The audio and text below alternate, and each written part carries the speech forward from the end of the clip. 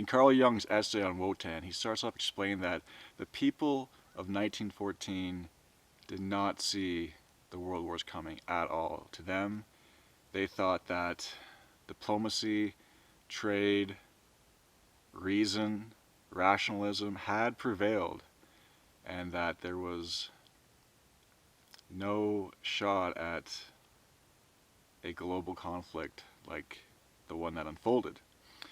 Now, obviously, this was proven to be untrue, that human beings are not these rationalistic little logic boxes that bump around each other and function like some sort of program, that there are unconscious forces that move people and nations. And he identified that Wotan or Odin or Odin was the chief archetype that possessed the German peoples in the 30s, the 20s leading into the 30s.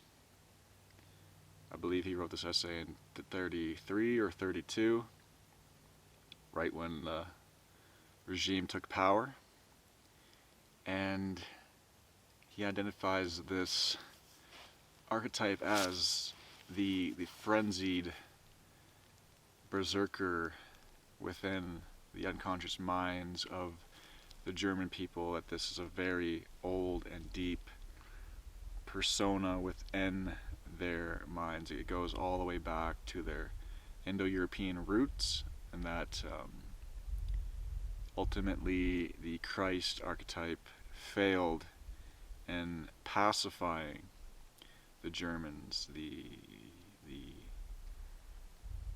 God of the Semitic people did not ultimately prevail within their culture. And I think today, even, I think that you can see that the Germanic nations are probably the least theistic people in the world right now.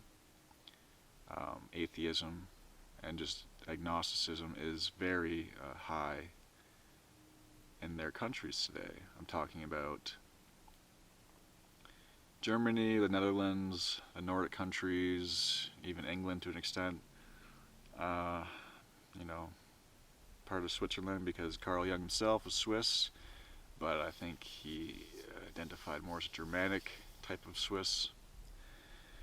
And so he identified that this berserker, frenzied wanderer god was present in their minds, that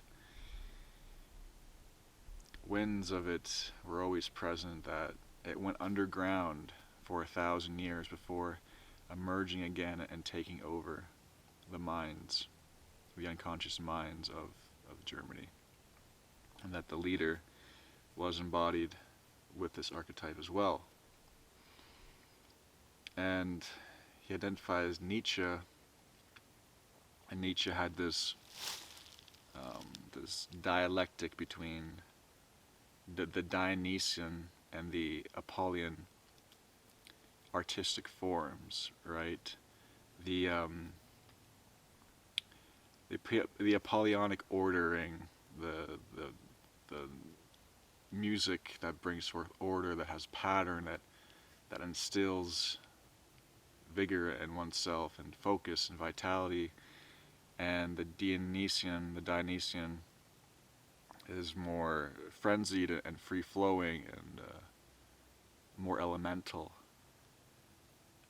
And what Carl Jung said was that, Carl Jung, whatever you wish to say, Jung said that the correct dialectic would have been the Wotan as the Dionysian archetype, and that this is more appropriate within the Germanic people, that Nietzsche was uneducated within the Germanic literature. He was a philologist, but his focus was mainly on Hellenic people, on the Greeks. Nietzsche had a deep fascination with the Greek people and their vitality and their will to excellence and power. And so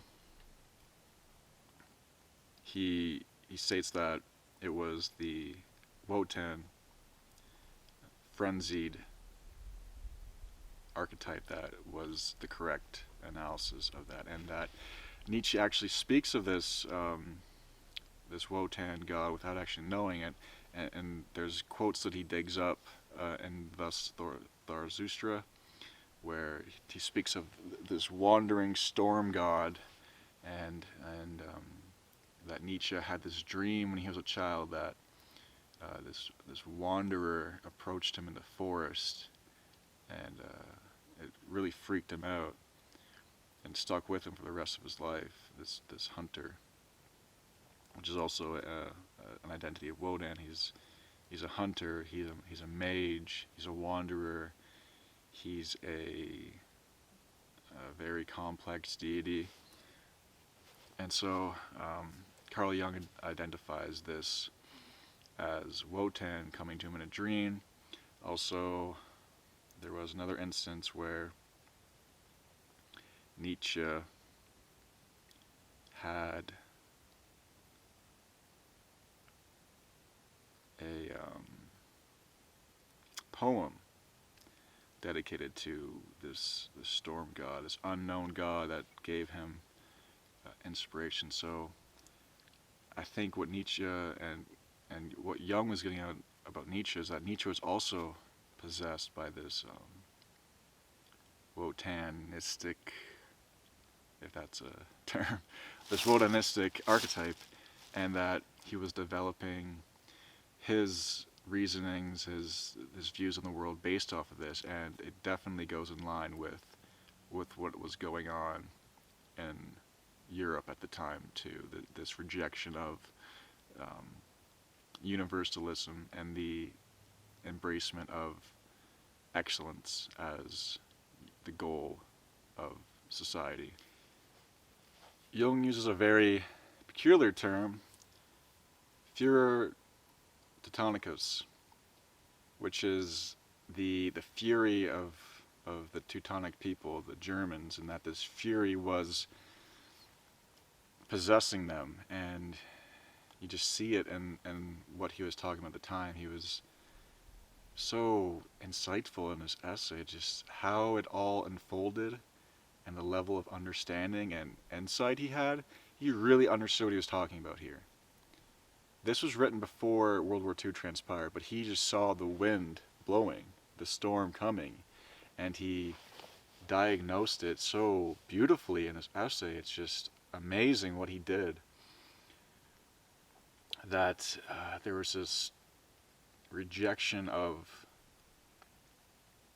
the universalism within Christianity. There was the Germanic Christianity rising, the rejection of the Mediterranean type, the rejection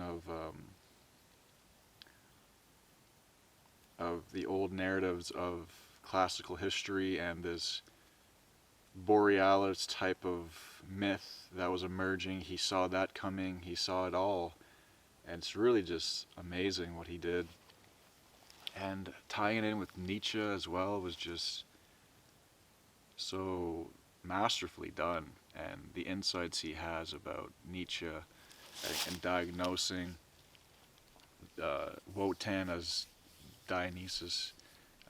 He states that the Romans identified Wotan with Mercury, but that doesn't quite fit, because yes, Mercury was the god of messages and wanderings and magic, as was Odin, but he's more complex in that he has this frenzied side, this Dionysian side, this magical war side, and he's also the chief as well. Mercury was not the chief god. It's not so easy to overlap other gods with Odin. And it just goes to show that these different peoples, a lot of comparative mythology within, especially Europe, they try to match Thor with Jupiter and the Celtic gods with Slavic gods, and yeah, there's overlap, but there's also a lot of individual qualities within these gods, these archetypes, that certainly coincide with the culture that they developed out of. And I really think it's interesting, this take that nations and peoples and even humanity itself can be possessed by these old, deep archetypes. Odin is just to Jung, was just a label, just an embodiment of these energies that came out of this culture group. And I think today, you can see this kind of possession that certain people are undergoing right now, these rumblings happening, these storms brewing, dragons in the east rising, sleeping giant in the new world, maybe being forever asleep for the future now, the great bear of Eurasia, what will happen with that, these stories of these people, and where will it all end? What's the final chapter for these people? It's all very fascinating to see unfold, and I just wonder what Jung's take would be on current times if he wrote an essay like he did today. If he wrote an essay like he did in 1933, if he wrote in 2021, what archetypes he would develop. I want you to tell me what you think are the current archetypes that are possessing humanity, be it the McDonald's archetype, or this weird cyber smartphone archetype. Kind of reminds me of American gods in a way, where these gods are rising based off of current beliefs, and there's wars within gods, and certain gods take prominence in different times, and people's belief creates the god, not the other way around. It's all very kind of fascinating, ties into this whole essay that Jung wrote. So he saw this storm coming, and it definitely came, and it's quite the feat that he pulled off there. It's quite the feat. And to me in the essay, it doesn't seem like he's endorsing anything, really. I think he's just identifying what is happening, correctly diagnosing the current event, and dismissing the rational explanations of the time, saying, no, this is actually what's going on. There's a deeper, almost a metaphysical awakening happening here, and we're seeing it unfold now. And he was right. He was right on the money, as usual with Jung. The man was certainly brilliant. I mean, him and Nietzsche, it's interesting that they both come into play here, because they're probably the two smartest people who ever lived in a lot of ways. They're probably up there in the top 10. So, yeah, the fact that he brings Nietzsche into all this is really, really well done, because Nietzsche identified the problem too. He just did it even earlier than Jung did, and maybe he was a bit less specific, but what he identified was coming too. It was just incredible. The death of God, and the breakdown of Christian morality and the Christian order of Europe certainly led. What else would it have led to? It led to World War I and II. without a doubt. These were ideological, metaphysical battlegrounds that were happening. It wasn't just nation states fighting. It was the very ontological basis of how society is structured, fighting it out to the death. And three main forces went into the ring, and only two came out. And, well, the one that was identified by Jung was the one that was just knocked out first. But it was also the one that was most frenzied, most berserkered, most furied, most possessed. It was the most possessed of the three, I think, just ideologically. And I think it had to be. But it all ties in together, and it's all very fascinating.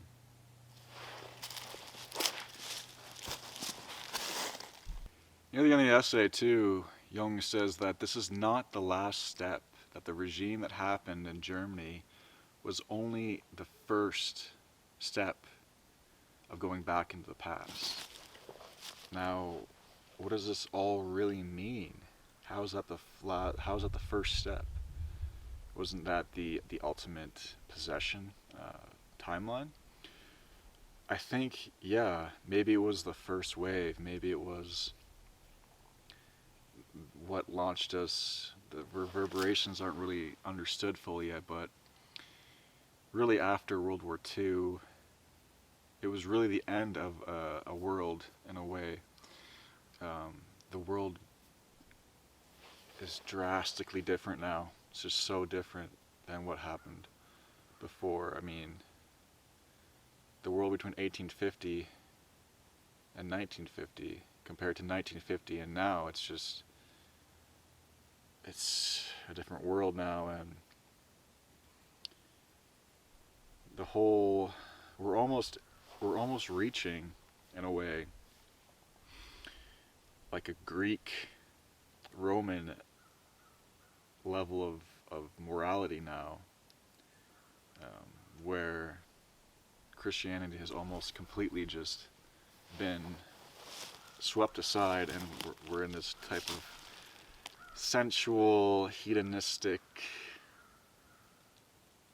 type of wave of morality. And these come in waves too, the sensual epochs, and then the more chaste epochs. And I think we're heading into a more Roman, Greek,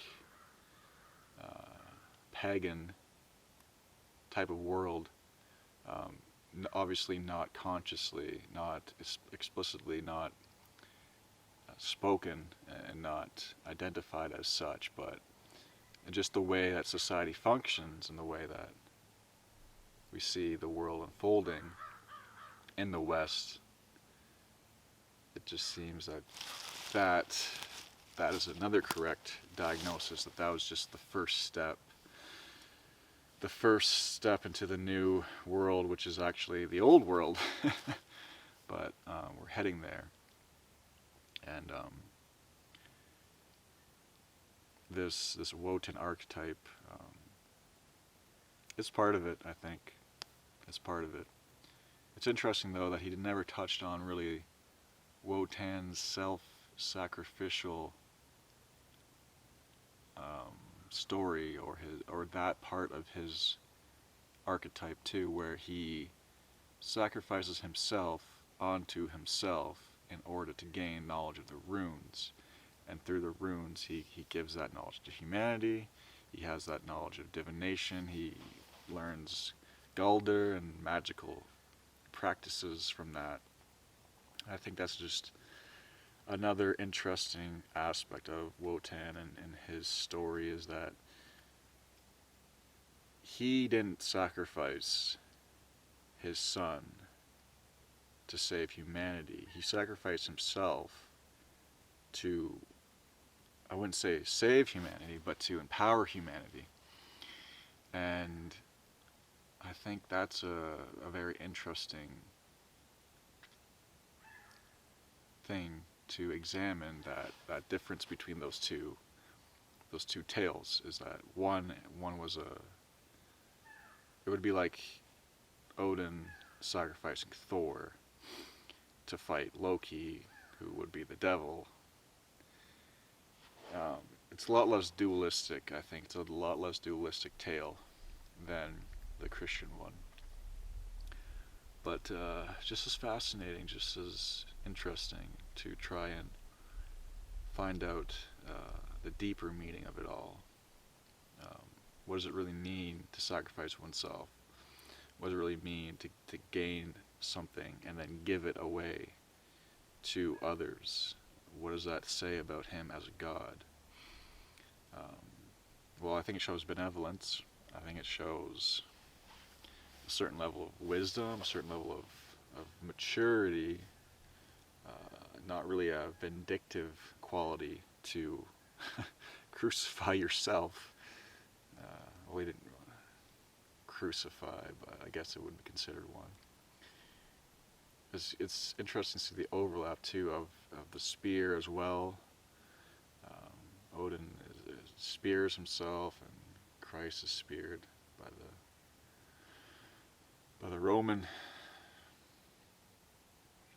And yeah, I think you should read the essay because it's not very long and it's just so dense with, it almost feels like otherworldly insight, but it's just so dense with knowledge and insight that it's a 20-minute read, half-hour read maybe, and you're going to be blown away by it. So check it out. Let me know what you think. If you enjoy this video, please consider subscribing. Leave a comment on what you think about the whole Carl Jung, Nietzsche, Wotan type of discussion that we had here today. And if you have any little insights you've seen in it, let me know. And have a good one.